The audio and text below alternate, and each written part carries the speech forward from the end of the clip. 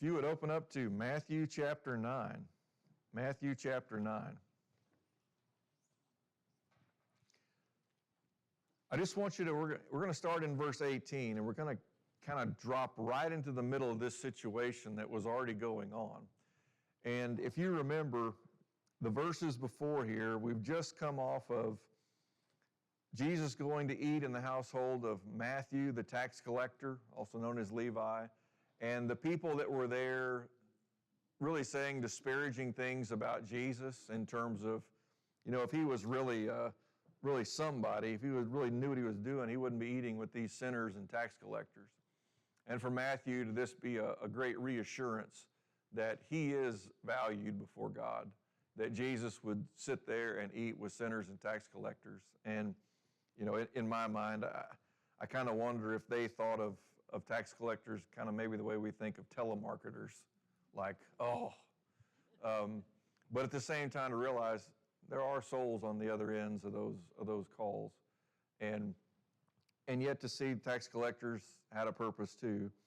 And so then as we came on through there, then in verses 14 through 17, these disciples of John come and ask a question and saying, how come your disciples don't fast?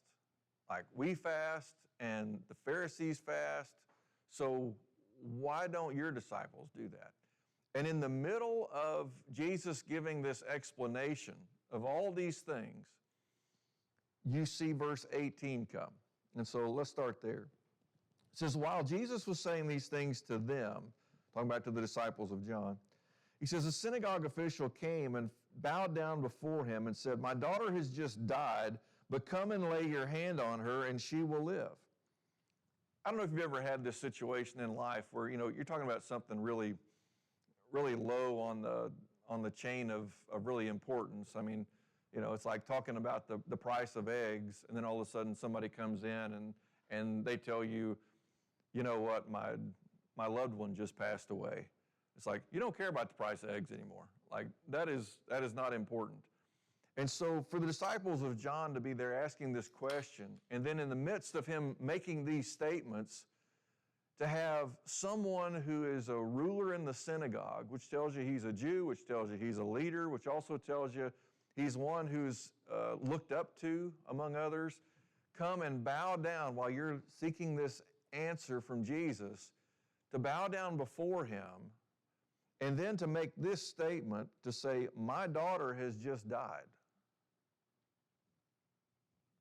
I mean, wouldn't that stop you in your tracks, really, no matter what spiritual question you had asked, whether how good or whatever it is, that question? He says, my daughter has just died, but come and lay your hand on her and she will live. Now, here's what's something. We're all the way in Matthew chapter 9, almost halfway through chapter 9. There has been no story, there has been no inclination, there has been nothing that's written down about Jesus even having the ability to raise someone from the dead. So what does that tell you about this synagogue official? He has faith that's really strong. I mean, it's one thing whenever okay, somebody has this ability, they've done this before. But this synagogue official has heard enough about Jesus already to go, my daughter has just died. You can come and raise her from the dead. Now, if you were asking a question about, now how come we don't eat? How come your disciples eat, but we don't? Why can we fast? And they're going, all of a sudden he shows up and he's making a statement of faith in terms of going, I know you can raise her from the dead. Now, other gospel accounts go into more details about her. They even tell you this man's name. His name is Jairus. And his little girl is 12 years old. Now, for any of you who had daughters or have daughters, you think about whenever they were 12 years old. I mean, for us, that's about a fifth or a sixth grader. To go, if a fifth or a sixth grader dies, that is quite impactful. Not only on mom and dad, not only on the family beyond that, the community that you're in, other families who have children around the same age, all those things together. And to go, in this point in time, to go, but just come and lay your hand on her and she will live. And whenever you take that in together to say, where did he get this idea? Where does that come from?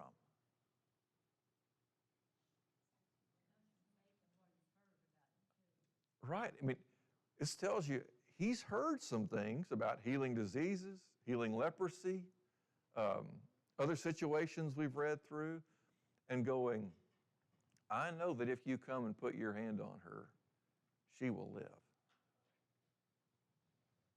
And you realize, it's amazing to me that Jairus has that kind of faith. And sometimes whenever one of our loved ones passes away, we have a hard time thinking about, you know what, this is not really the end. This is going to go beyond just here and now. And so here he is, and notice the response that he gets from Jesus, verse 19. Jesus got up, which tells you he was sitting down while he taught, which is kind of normal for the first century, but Jesus got up and began to follow him, and so did his disciples. Now, notice Jesus doesn't say, all right, come on, boys, let's go. I mean, somebody comes to you with a statement like that, if you're a disciple, and maybe you didn't have quite the faith of Jairus, what might you want to be there for? I'd like to see that. I mean, I don't think it would take a whole lot of motivation from us to go, if Jesus was here and somebody asked that question and he's following, to go, I don't know what's about to happen, but I want to be there to see it. And some people may already be there and be thinking, this is going to be easy for Jesus. I don't know. I mean, people have an emphatic faith at times, which is definitely something we're trying to draw closer to. And so as he goes on his way, and you think about going to Jairus' house, like again, that name's given in other accounts. Then comes verse 20. In the midst of already doing something, does this ever happen to you? You're already working on something at home, and then somebody calls you. Does that ever happen? And all of a sudden you get sidetracked, and maybe you get so sidetracked you can't remember what you were originally trying to do anyway. But that's not the case with Jesus. Here he is, and he's on his way, and his disciples are following him, and all of a sudden this other situation just pops up. Now, how do you normally think of distractions whenever you already have a plan in motion? Sometimes we get irritated, sometimes we get frustrated, and yet I want you to notice the care with which Jesus shows in this situation. Verse 20. And a woman who had been suffering from a hemorrhage for 12 years came up behind him and touched the fringe of his cloak. Now, a couple of things to really examine a little bit more closely here. She's been suffering from this hemorrhage for 12 years. Now, this is 2025. Can you imagine suffering a bleeding hemorrhage since 2013? I mean, you would typically think, boy, losing that kind of blood, that would really make you feel pretty weak. And yet, here's this woman. She's been suffering like this for 12 years. Now, I want you to realize the lengths to which she goes. Look over at Mark chapter 5. Mark chapter 5.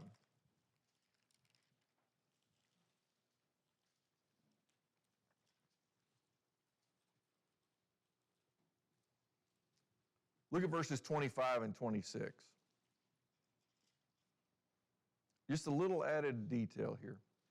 We'll read verse 25 so that we know we're in the exact same point in time, and then 26 to get the detail.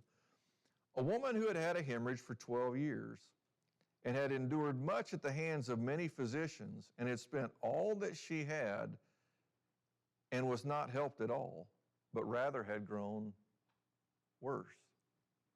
How do you feel with our current medical situations whenever you're seeking out physicians, you're spending a lot of money, and in the end, you are not getting better, you're actually getting worse, And on top of that, now you have less monetarily to be able to pay for other things, including yourself. Now, I just want you to realize the situation this woman is in. Don't just think, I can't believe she's just been hemorrhaging for 12 years and hadn't done anything about it. Matthew just doesn't give you these other details. But to see this woman is not only losing money, especially she's losing the health that she has. Now, she's been going through this hemorrhage for 12 years. I mean, I think we're at a point in time in life now where 12 years is a significant amount of time. And to note she's still alive, which is saying one thing, but to go through this for 12 years. Now, remember, Jesus is 30 years old whenever he starts his ministry. So, here things are continuing, situations that are ongoing, but I want you to look at this through the lens of the Old Testament. Look back at Leviticus chapter 15. Leviticus chapter 15. These are kind of some intimate details, but I think we need to see them in order to really grasp what's going on in the moment, to really see the power of it. Leviticus chapter 15, look down at verse 25. Now remember, this woman has had this hemorrhage for 12 years. And I'll tell you a little more detail here in a minute. Leviticus 15:25. Now, if a woman has a discharge of her blood many days, not at the period of her menstrual impurity, or if she has a discharge beyond that period of time, all the days of her impure discharge she shall continue as though in her menstrual impurity she is unclean. Now, understand this is Old Covenant law, Old Covenant. So here she is in this hemorrhaging, and I'll tell you the nuts and bolts of this for just a second. There's a way to actually compare Old Testament to New Testament when you look at the Greek language. There was a Greek translation of the Hebrew Old Testament that's called the Septuagint. It was translated a few hundred years before Jesus came to earth. Every time that Jesus quotes Scripture in the gospel accounts, it's quoted out of the Septuagint. So it tells you how Jesus saw that translation of the Old Testament. So what you can do, you can take Old Testament passages that are written in Greek, and you can compare them to the language that the Gospels are written in, so that you know when things are exact parallels. The Septuagint works off of the number 70 because there were 70 translators. And it was done down in Alexandria, Egypt, if you want to look up some more details on it. So, in thinking about that, the terminology that's used for this situation in the gospel accounts is the exact same terminology that's here in this verse, and these verses to follow. So I want you to know, we're talking about one and the same thing. This is not just kind of like it. This is exactly like the situation at hand. So here she is. She's had this hemorrhage for 12 years. And now, according to the Old Covenant, she's been unclean for 12 years. And I want you to notice what happens because of that. Verse 26. Any bed on which she lies all the days of her discharge shall be to her like her bed at menstruation. And everything on which she sits shall be unclean, like her uncleanness at that time. So, notice what happens to uncleanness during those times. What was it seen?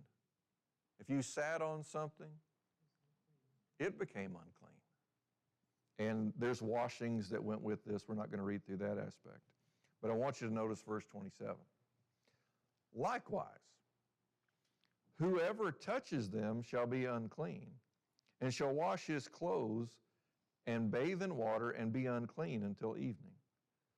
It says, whoever touches them, even if you touch her, what do you become? Unclean. And you have to bathe and you'll be and wash clothes and bathe in order to be clean again. I mean, you imagine this is quite a difference, right? And so everything she touches is in turn going to become unclean. Now, so here it is in going through this. Here's this woman, 12-year hemorrhage, has been going through this for 12 years. She's paid a lot of doctors. So not only the doctors trying to help, but in turn they're becoming unclean, and they have to bathe and wash their clothes and do all those things. And you kind of imagine for her, it's not as if people are saying, I want to become unclean. Now, come back over to Matthew chapter 9. So whenever you get here to verse 20, I tell you those details so that you know the situation at hand. So here she is. I mean, imagine just going around and touching people. You're going to make them ceremonially unclean. I'll go ahead and tell you this detail if you're wondering. How would anybody ever find out? What would happen? You know, what's going on inside of these people? If you remember the Day of Atonement, Yom Kippur, which is the Day of Covering, it was specifically for the sins that Israel had committed that they were ignorant of. They didn't know of. So there was a day every year where they would offer up these offerings to cover the sins of Israel that they were completely ignorant that it even happened. A lot of these things would be included in those. Right. She wants to go those things. And by the way, just a little quirky detail, Luke's account does not include any of those things about the physicians. just to throw that out there. But here in Matthew chapter 9, if you notice verse 20, he says, and a woman who had been suffering from a hemorrhage for 12 years, and notice it does use the word suffering, came up behind him and touched the fringe of his cloak. What would that typically do? That would make Jesus unclean because she's touched even his garment, which Leviticus is very specific to point out. It's as if this has been laid out for years in Leviticus, this story that's about to take place.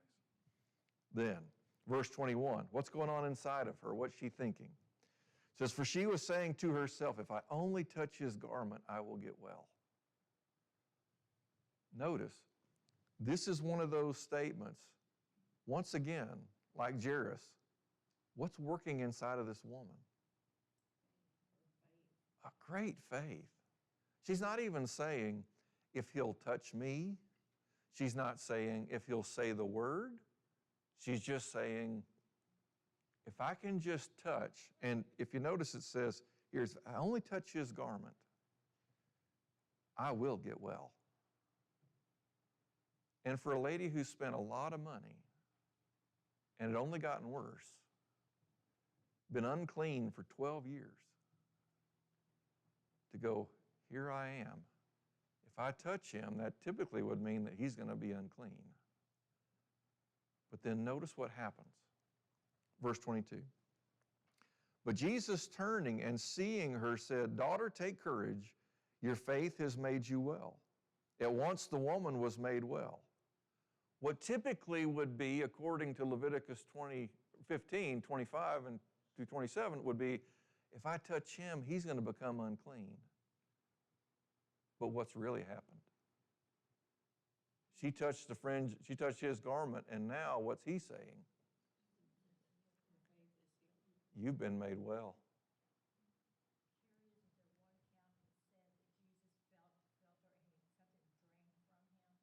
It doesn't use the word drain. It says that he felt the power go out of him.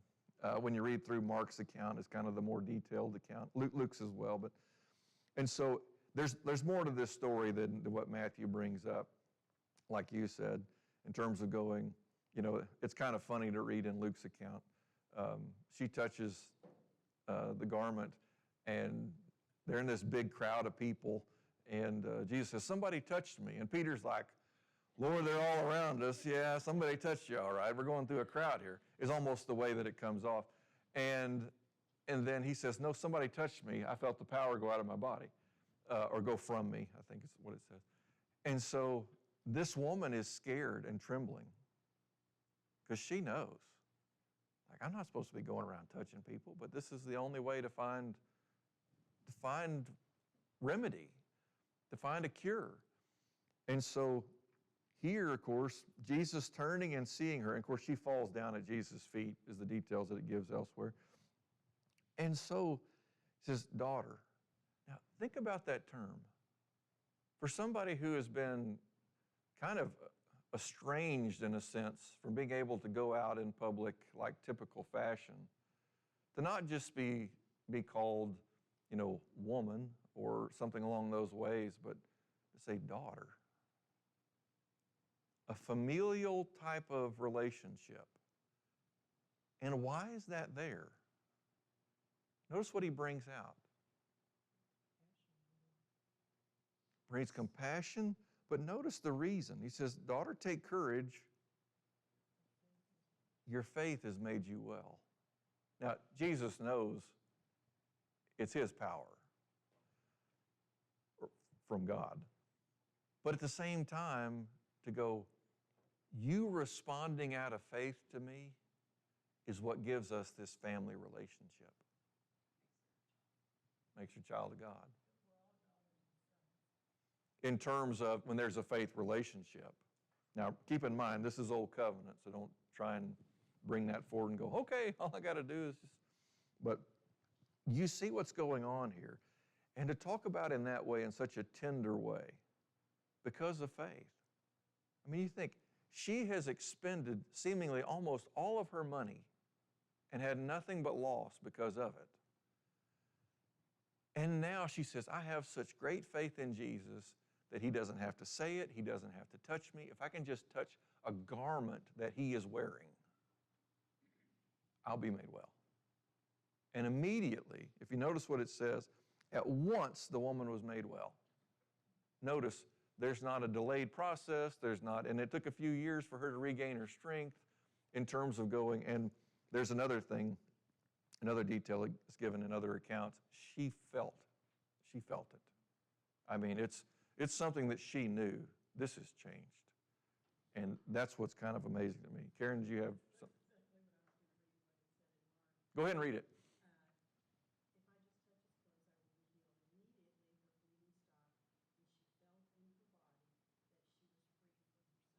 Right. She could tell it on the inside. And you realize what's going on here. Faith, and we know it's a medical situation, but I want you to see faith does affect what happens on the inside of us. And we're not talking about the medical side here. We're talking about, it really affects us. It can completely change your attitudes when you turn from fear to faith, when you turn from worry to trust, those kind of things. And so here she is. And the fact of, you think about stepping out on a ledge just to touch a garment and then to be greeted with daughter. Take courage. Your faith has made you well. And it says, and at once the woman was made well. And you just imagine all these disciples who are excited to go to Jairus' house and see what's going to happen with his daughter, who's 12 years old, going, whoa. Then verse 23, now they start pressing back on to Jairus' house. When Jesus came into the official's house and saw the flute players and the crowd in noisy disorder. Now, here's the scene that he comes up on. Jairus has come to him. Now, and you kind of wonder, too, Jairus, how close to Jesus do you think he is whenever this story with the woman takes place? I would think he's pretty close, like maybe he's getting to hear those things. It doesn't say that, but to go, he's right there close by. Then to get to the official's house, and he saw the flute players. Now, don't think about our modern day flutes with all the fancy mechanisms on them. Something probably more like a recorder or something maybe they just had made out of wood that's hollowed out with holes to play. I don't know if you've ever heard of pan flute, where you basically just, it's a similar thing to like having an old Coke bottle and blowing over the top. You only get one tone per reed. They rack them together. But here they are, and you think about, like any kind of music, music can be either uplifting or it can just crush your heart. And here they are, and of course you know the scene because he's already told us that the daughter has died. He says, and the crowd's in noisy disorder. I don't know if you've ever walked into a crowd and somebody has passed away, and it's been long enough to where people are no longer really all that quiet anymore. You know, right in the first moments, there's hardly a word said. But given a little bit of time, people start kind of coming around and a little bit of chatter comes in. So here's the situation. Flute players are playing. There's a noisy, disordered crowd that's there. Verse 24. Here's Jesus' words. He said, leave, for the girl has not died, but is asleep. And what's their response? They all laughed at her. I mean, flat out, they just laugh at her. They laugh at Jesus. They don't laugh at the girl. They laugh at Jesus. I want you to really spend some time to think about that statement, that verse as a whole. Who sees reality and who doesn't? Jesus sees reality. The people, they don't. I mean, here they are mourning at Jairus' house, and Jairus' wife is there. And so, all these things together, Jesus comes up. He says, leave. You guys are just a bunch of noise and just disorder. Leave. And then he tells them why. He says, for the girl has not died. Doesn't the crowd think they know the truth? Doesn't the crowd think, we know what's going on here? And yet, Jesus is the one who truly knows. I wonder how many times when we read through Scripture, we get to a point in life and we're going to have to decide what we're going to do in this situation. And we start thinking of, well, this person here says I should do that, and this other person over here says I should do this. And here's what Jesus says, but man, I don't know about that. And it almost sounds laughable for some people. In a different situation, I can tell you times where there's been a wedding ceremony, and you start reading through the verses in terms of what God expects out of marriage, and I've had the bride and the groom both laugh in reading through those things. Now, it was not here, but to realize, what do you think I knew from that moment on? It's not going to end well for these folks unless there's a major change. And so you notice here of going, do we really see there are times where the statements of Jesus, the commandments of Jesus, and the principles of Jesus, they sound like, how in the world could you expect me to do that? How could I be that forgiving? How could I really show compassion to these people? How could I treat people this way in terms of what's beneficial and good? What if they come back to me and do things that are harmful? And you realize, at what point are we really going to trust Jesus no matter what the situation is? Because here's people who are listening to Jesus, and their response to him is, what a jokester. Now, he tells them to leave. He says, the girl has not died, but is asleep. Now, let me give you another little thought. You know what Jesus is about to do. I don't think I'm giving away anything in the story. How much power does it take for you to typically wake somebody up from being asleep? Depends on who it is and how tired they are. But typically it doesn't take very long, right? The amount of power that it takes us to wake somebody up from a nap, it's just as easy, if not more so, for Jesus to raise somebody from the dead. That should tell us something.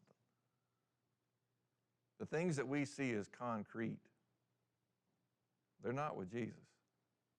Troubles that are so big there's nothing we can do to change them, Jesus is not limited the way we are. And so here he is. And remember, Jairus said, you just come and touch her and she'll be raised from the dead. She'll rise. Then, leave, for the girl has not died but is asleep. And they began laughing at him. Now, notice what happens. Verse 25. When the crowd had been sent out, what happened to them? They're sent out. And it doesn't really tell you who did the sending out, other than the statement of Jesus. But whoever did the dirty work there says, and when the crowd had been sent out, he entered and took her by the hand, and the girl got up. Now, other gospel accounts tell you a little bit more detail. All the people get sent out. The girl is actually laid in an upper room, or a room. And it's only Jairus' wife,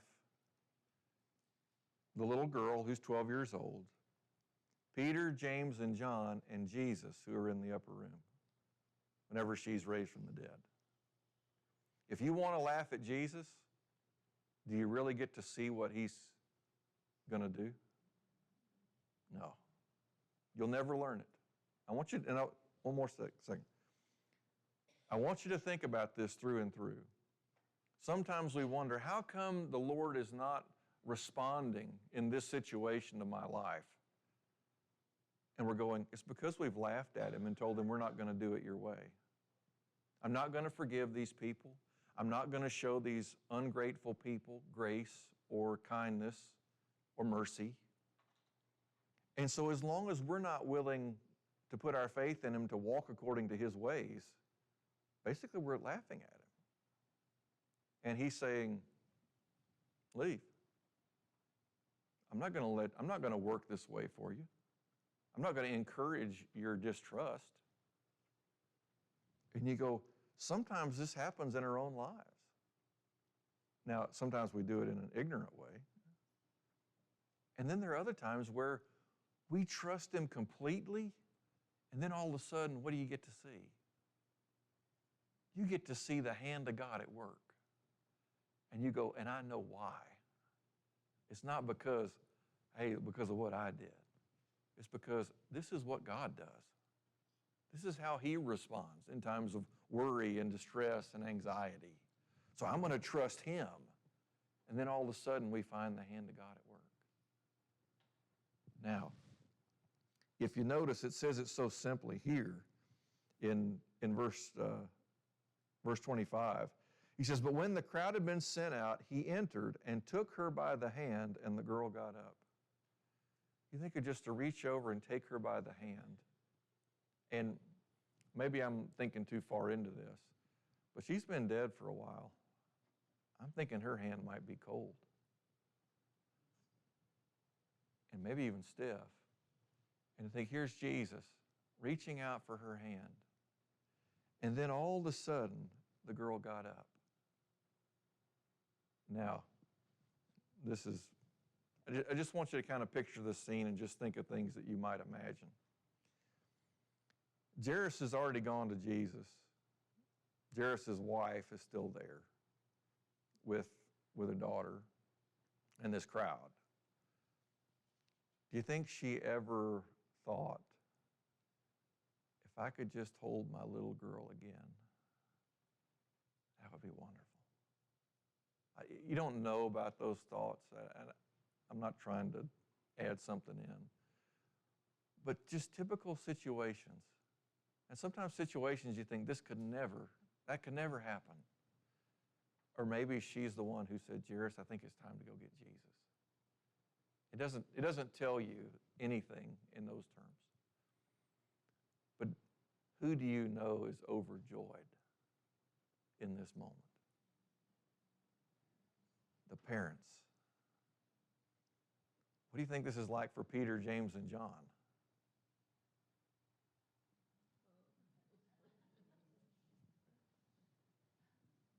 I mean, Jairus came and said, you just come and touch her. And sure enough, what does Jesus do? He just touches her hand. No, he's not in there. And so, like I said, if you read Mark and Luke's account, you'll get those details about who exactly is in that room. So notice where we're at. And to no surprise, verse 26. This news spread throughout all that land. Well, wouldn't you say so? I mean, something like this. Now, here's what's kind of unique. Remember that big old crowd that was outside and the flute players all in noisy disorder, who laughed at Jesus whenever he said she's just asleep? It also tells you how certain they were that she was dead, that they laughed. It was not some trick. Whenever that little girl comes out, and whether the crowd later finds out in some way, form, or fashion, what are they having to deal with?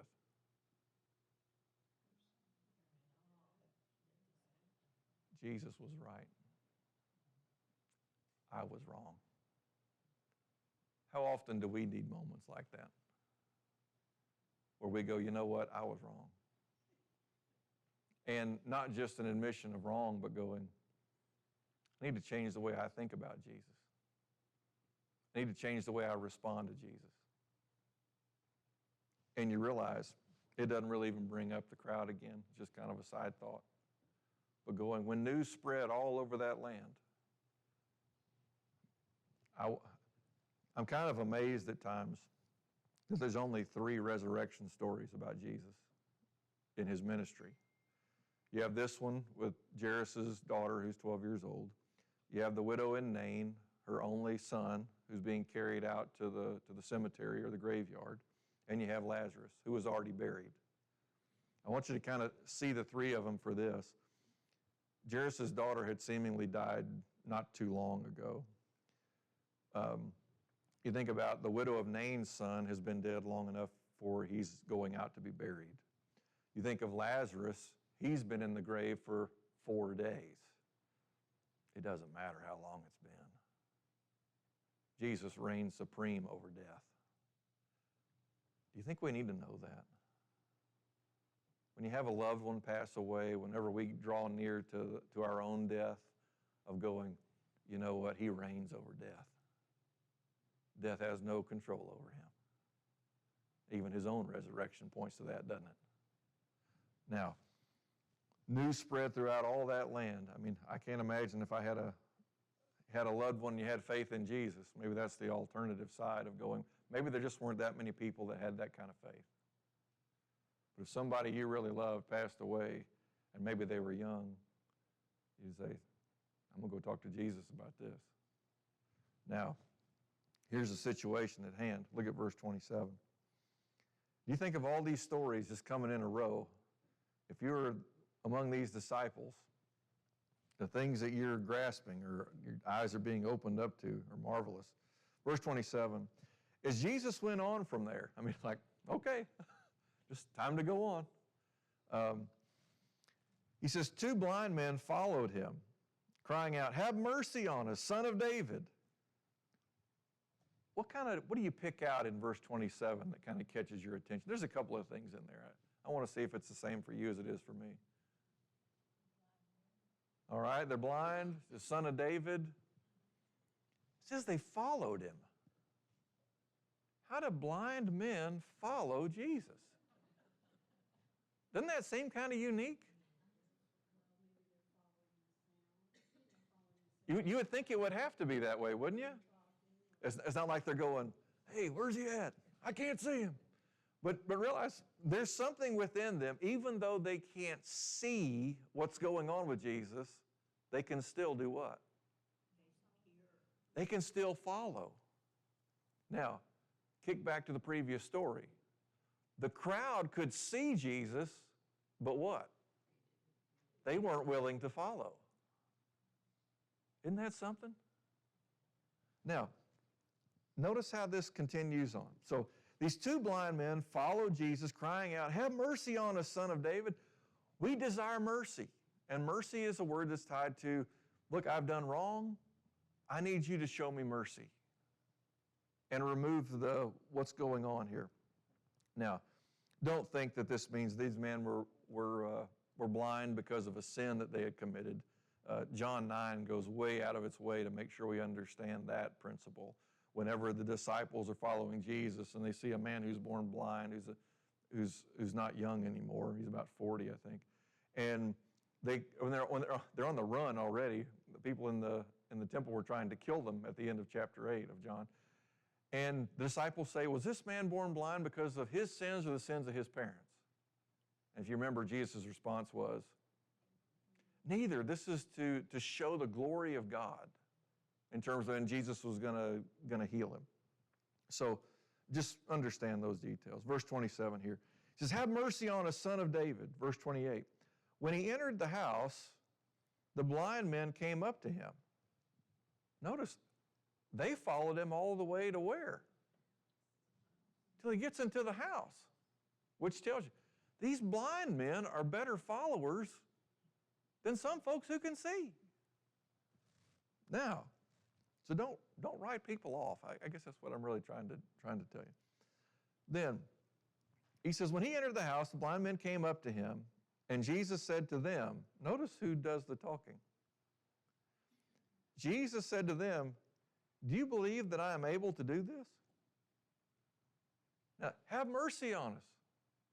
I mean, have mercy on us, son of David, which tells you really something here, because son of David, what is that really tied to? Jewish. What's the promise to David? Someone is going to sit on the throne of David forever. And here are these blind men who have heard all the rumblings of the crowds and what they've been saying about Jesus, and their response is, have mercy on us, son of David. You're the future king. Not a lot of people are saying that. Now, Jesus' response is really concerning what? What about faith? Have you noticed a theme through every single one of these stories so far today? Jairus, you just come touch her. Says, she'll raise. The woman with a 12-year hemorrhage, if I just touch a garment that he's wearing, I'll be made well.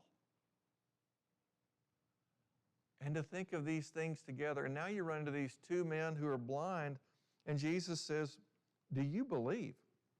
He says, the statement, do you believe that I'm able to do this? Do you really believe that I can give you your sight back? Or maybe a sight they never had. They said to him, yes, Lord. We do believe that. And we're ready to submit. Now, I want you to think about this, because this is going to be a little bit of a difference here in a second. They say, yes, Lord, we'll submit to you. Yes, we believe you have the ability that you can make us well. And they even call him Lord. Like, we'll submit ourselves to you. Then, verse 29.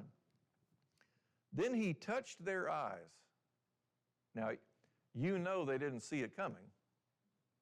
That's not possible. But for Jesus, and you think about if somebody was to touch your eyes. But here it is, Jesus touching their eyes, and there's something about me that makes me want to think two hands, two men, two sets of eyes. Then he touched their eyes, saying, it shall be done to you according to your faith.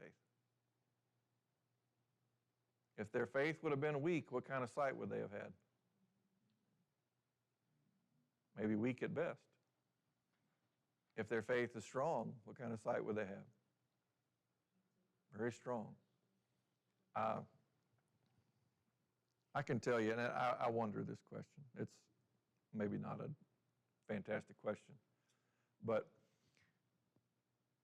I remember after I had LASIK surgery, I had 20/15 vision.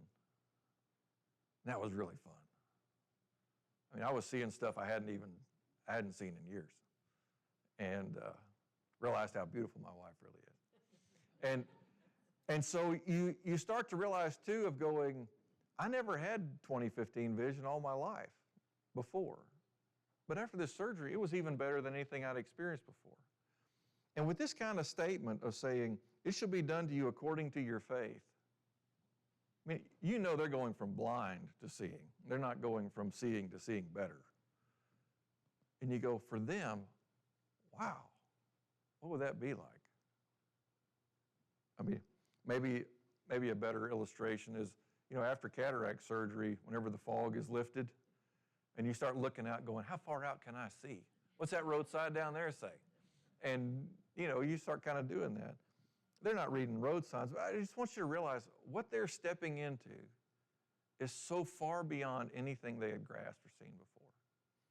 Then, if you notice verse 30, and their eyes were opened, and Jesus sternly warned them, see, I don't think it's a pun, but see that no one knows about this.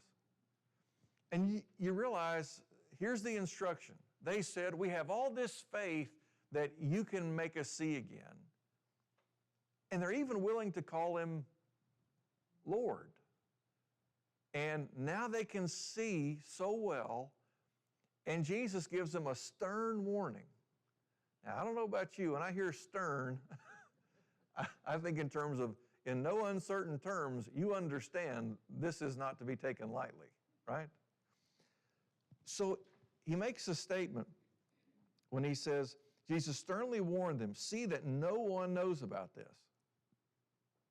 Verse 31, but they went out and spread the news about him throughout all the land. It's like they didn't really appreciate it because they're going against what he told them not to do. But all they could have done was just to went out and done their business and not say one word, and the people would see that something had happened to them. You realize, here's what's really, really at the heart. How often do we have certain aspects of our life that we are so faithful in? We have no doubts whatsoever. Did they have any doubts that Jesus could give them the ability to see? No. But then comes time in other parts of our life where we're told something, hey, don't see that you tell no one about this. And then we let those things kind of fall through the strainer and act like they're not even there.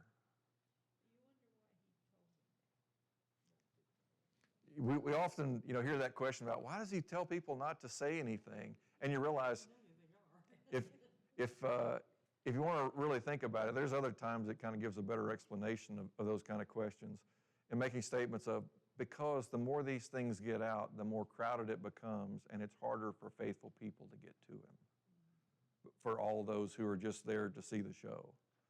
And so you see those kind of things, and he knows it. And so you want to have access, And so he knows the more these things go out, the bigger the crowds get, the harder it is for people to get to me. And we've already seen stories like that in terms of the paralytic who's let down through the roof.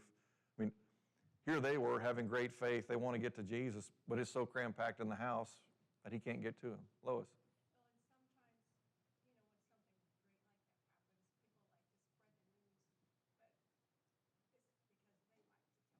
Right.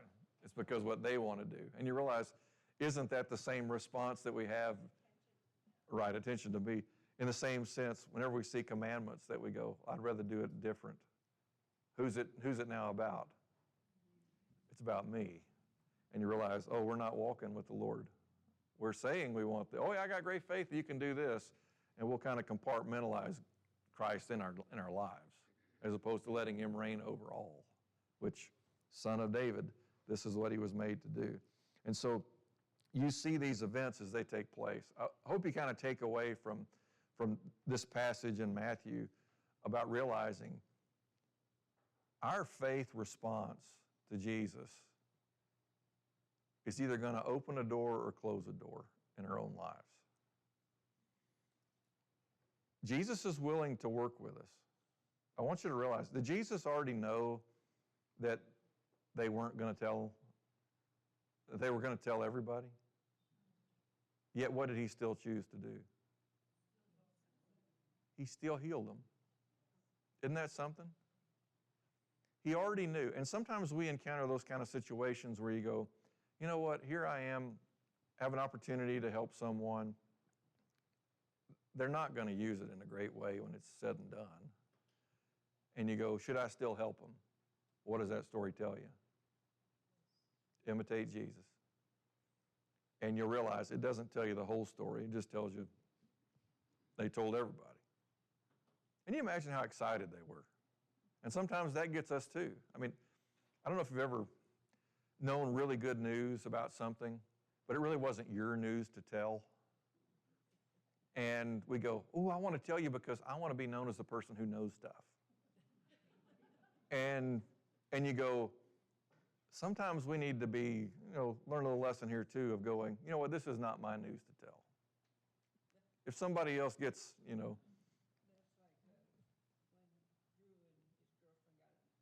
like when Drew and his girlfriend got engaged. Well, they were staying with us, and so we knew about it. And he said, "Don't tell Mom because I want to tell her." And so she wrote back to, or text back to Andrew, and she said, "I can't believe that you didn't say anything." Don't tell Mom we're engaged. And you go, I keep the secret and I'm the one who gets in trouble. Fantastic. Bear the burdens of Christ, Marlene. Just bear the burdens. All right. Well, we'll come back next week and we'll start in verse 32. All right. Have a great week.